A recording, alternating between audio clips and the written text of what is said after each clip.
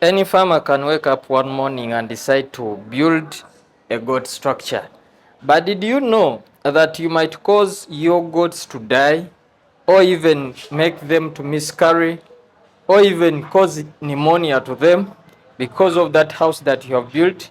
In today's video, we are going to look at the qualities of a standard goat structure. I want you to, after watching this video, you go back and you see your goats, what is missing, and rectify it. Guys, this is so serious. If you want to do commercial goat farming, serious commercial goat farming, you have to put this into place.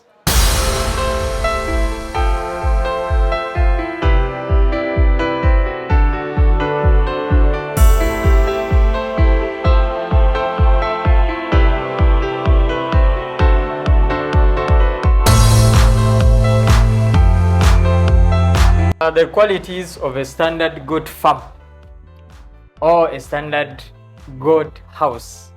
Guys, I'm going to talk about this thing, and I know it is going to be helpful for everyone who wants to do serious commercial farming, because if you put this into place, I'm sure you're not going to get a lot of challenges dealing with your goats, because one of the things that really can make management at your farm to be very easy, it is housing.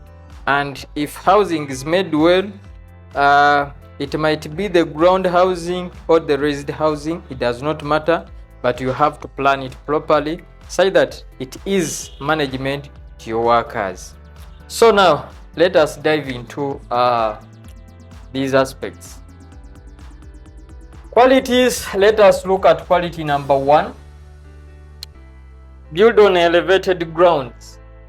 Whenever you go to your farm or to your land, and you have to spot those areas that are elevated, because if this land is not elevated, if the site that you have decided to construct that structure, good structure that is not elevated, you're going to face a lot of challenges, such as flooding during the rainy seasons, or even your house might always be wet. If this structure is constructed on elevated grounds, it might be a ground structure or a raised structure, does not matter.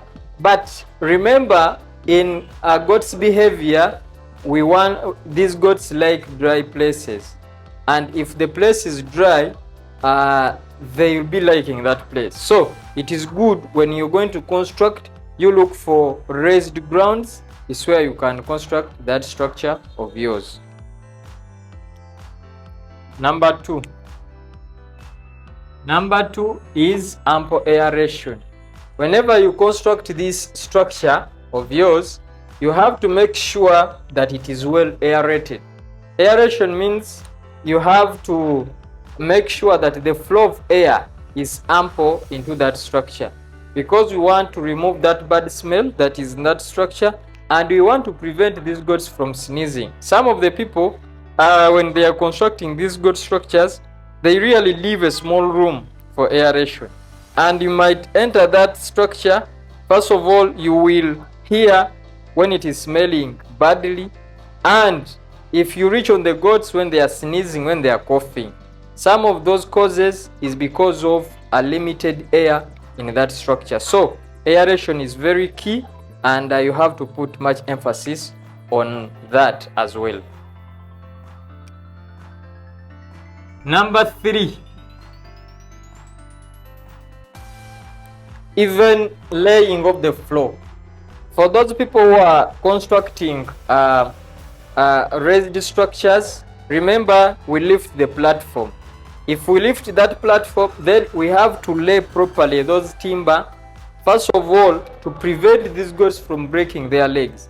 If you find people who construct such structures and they are not constructing them well, you will find a lot of goats when they are breaking their legs, just because of uneven laying of those floor timber.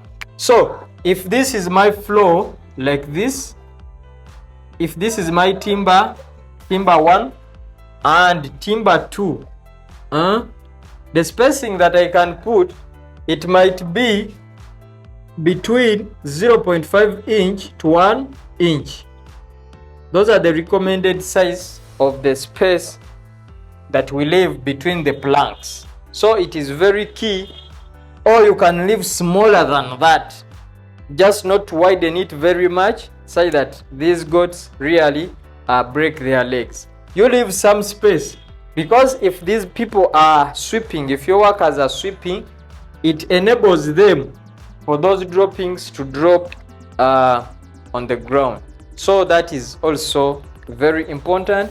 You might build a raised structure, but you end up having such challenges. So before anything is done, you have to make sure that these people, that your contractors that are going to construct it, they do it well, so that you don't get those issues in future after they have gone.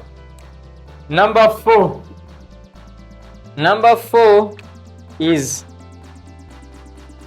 if someone constructs a structure, a raised structure, and he lifts it like only 1 meter, it's going to be a challenge for these people who are usually sweeping that area to be going down.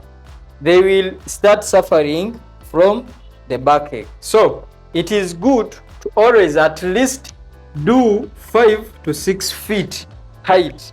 If you leave that space, even someone can stand there. So it will help your workers to be sweeping very comfortably, and you're not going to face a challenge, or they will not be telling you that we have not swept under the structure just because our backs are paining, or we get these challenges. So this is the one that I'm showing you.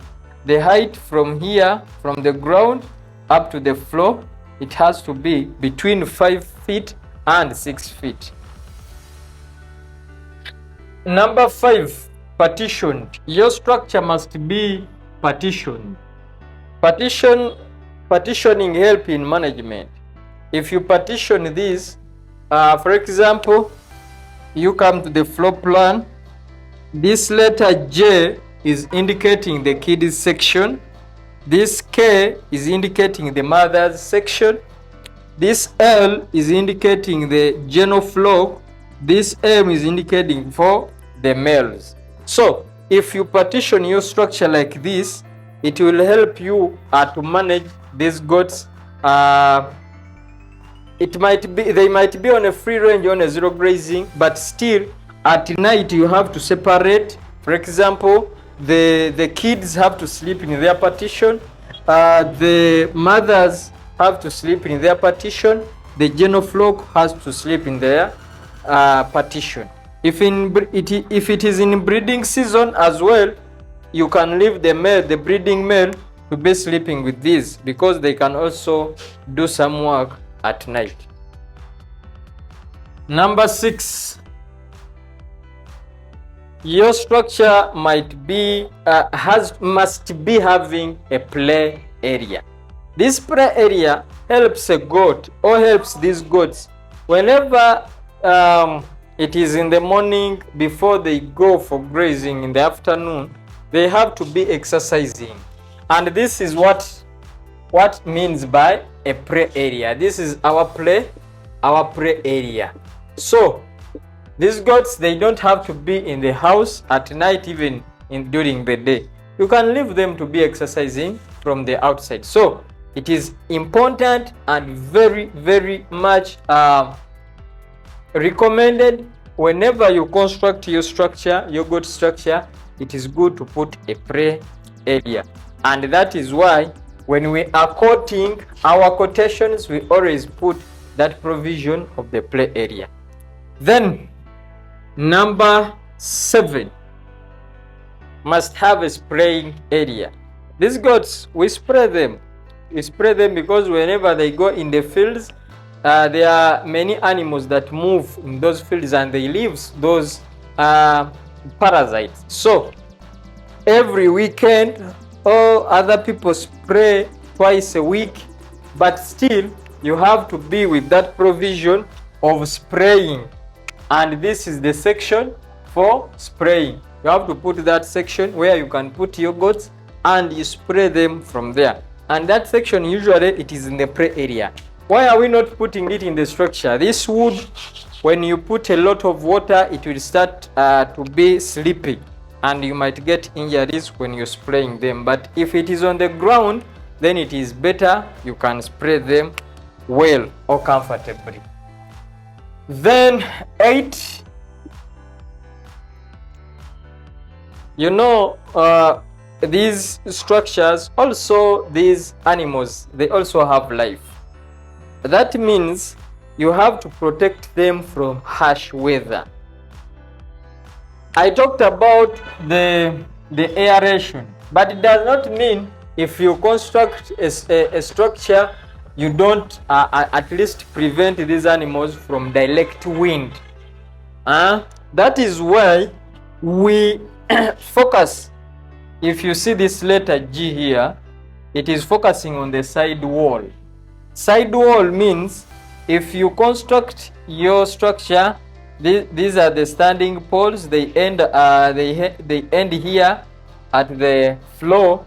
Then from the floor, before we put the mesh that is going to act as that is going to bring in air in our house, we have to put this timber here to prevent direct wind that might hit our goats. For the kids, you can enclose it all because for them they are really very prone to the wind. So for the old goats or for these adult goats, then you can just leave 1 meter. 1 meter height of the side wall is enough.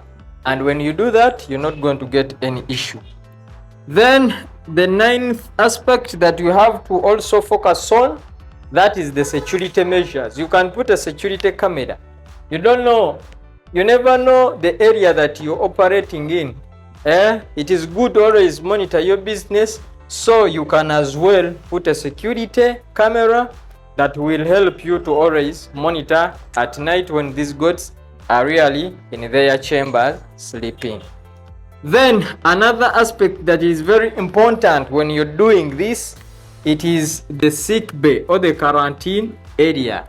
This quarantine area, the recommended location that you can put is to put it isolated from the main structure. Why? 90% of goats' diseases, they are because of contact. If they come into contact.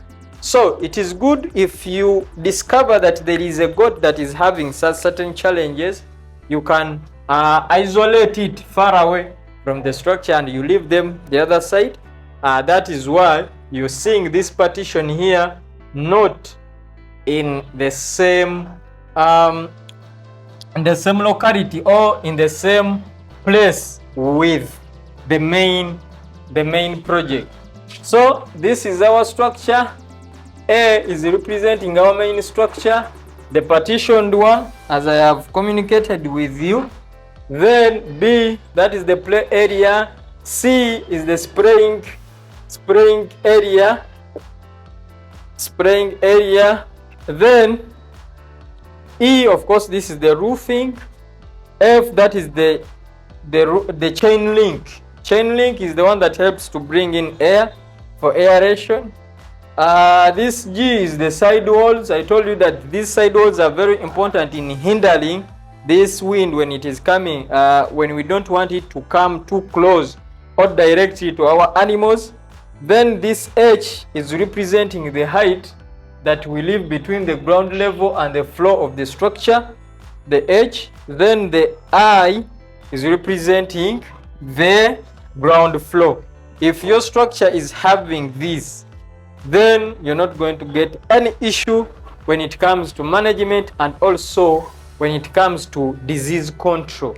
Remember, prevention is better than cure. So we have to put all measures that will help our animals to prevent them from contacting certain diseases that we would have put measures that can help them not to get in contact with. So the this is the floor plan of the structure, the sketch of it. I told you this is the kids section, this is the mother's section, this is the general floor, and this is the back section. If your structure for the free range is like this, then it is better.